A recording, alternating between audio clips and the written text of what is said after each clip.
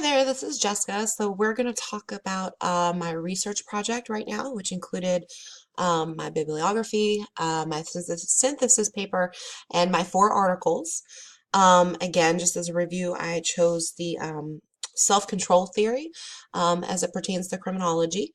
Thought it was really, really interesting, and it does have a personal connection to my life, and so I wanted to use something that was relevant to me and that I would actually learn something from and apply it in my own life versus something in my intended profession to be a teacher. I've done a lot of projects and papers on different aspects of teaching, inclusion classrooms, standardized testing, and I just wanted to do something different that I would enjoy learning about, and I definitely did.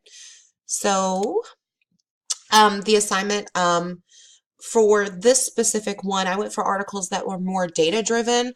There were a lot of numbers based on case studies, and every single article that I chose were case studies basically. They had a little bit of opinion, they had some findings, but it definitely had a lot of data in there, which I enjoyed.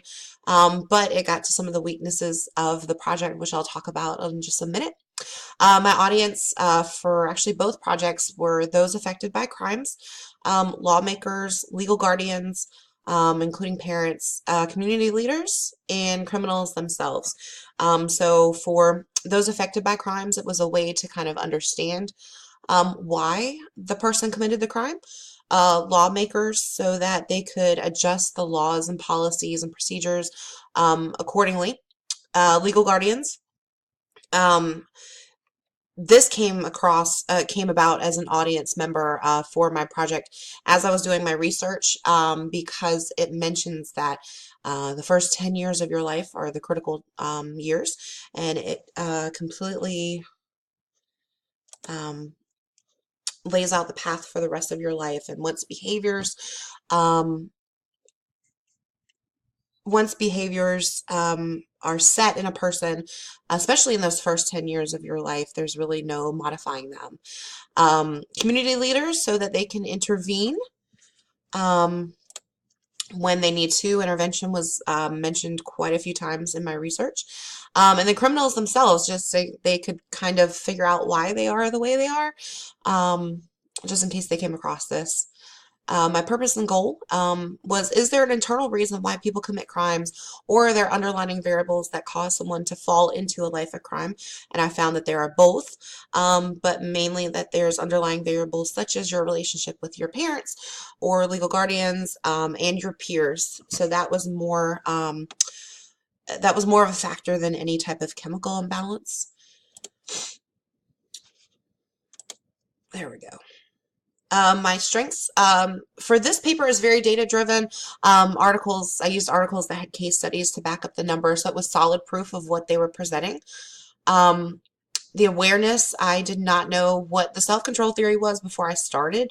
I believe I was on some law journal, and I was just looking into psychological reasons why people commit crimes, and I came across the self-control theory, and so I knew that was going to be the basis of everything that I did.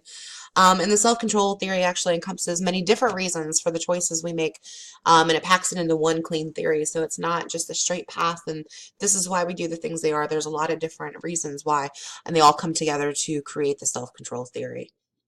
My research paper was actually born out of my synthesis paper. The thesis for my research paper came from a statement in an article that I actually found from my synthesis paper and used.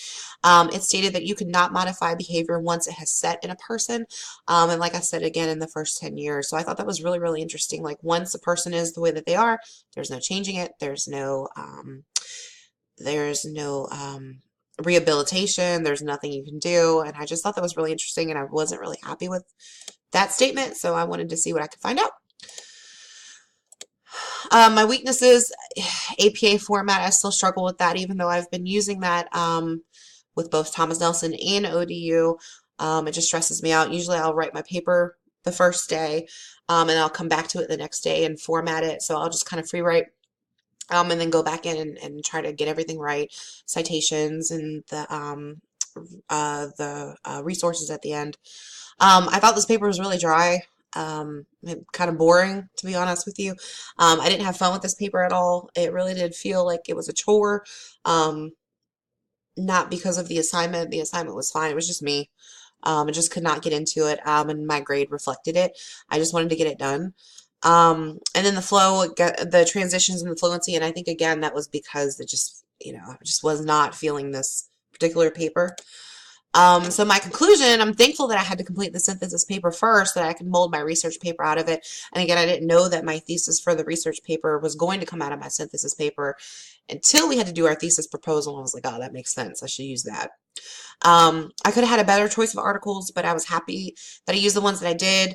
I tried to use articles both for and against the theory, and I used 3 for and 1 against. So I didn't want to just completely go all in on the theory. I wanted to find someone who did not support it, and I thought that was really interesting to read. And that was my 4th article. So I did 3 for, 3 for the theory, and then my 4th one was against it. And I was actually interested in the articles that I used, so I enjoyed reading them. And reading them was definitely not a chore. And I want to go back and reread. And I gathered way more than the 4 articles that I used, so I still have them, and I'll be reading them all. So next up, I'll be doing my research paper.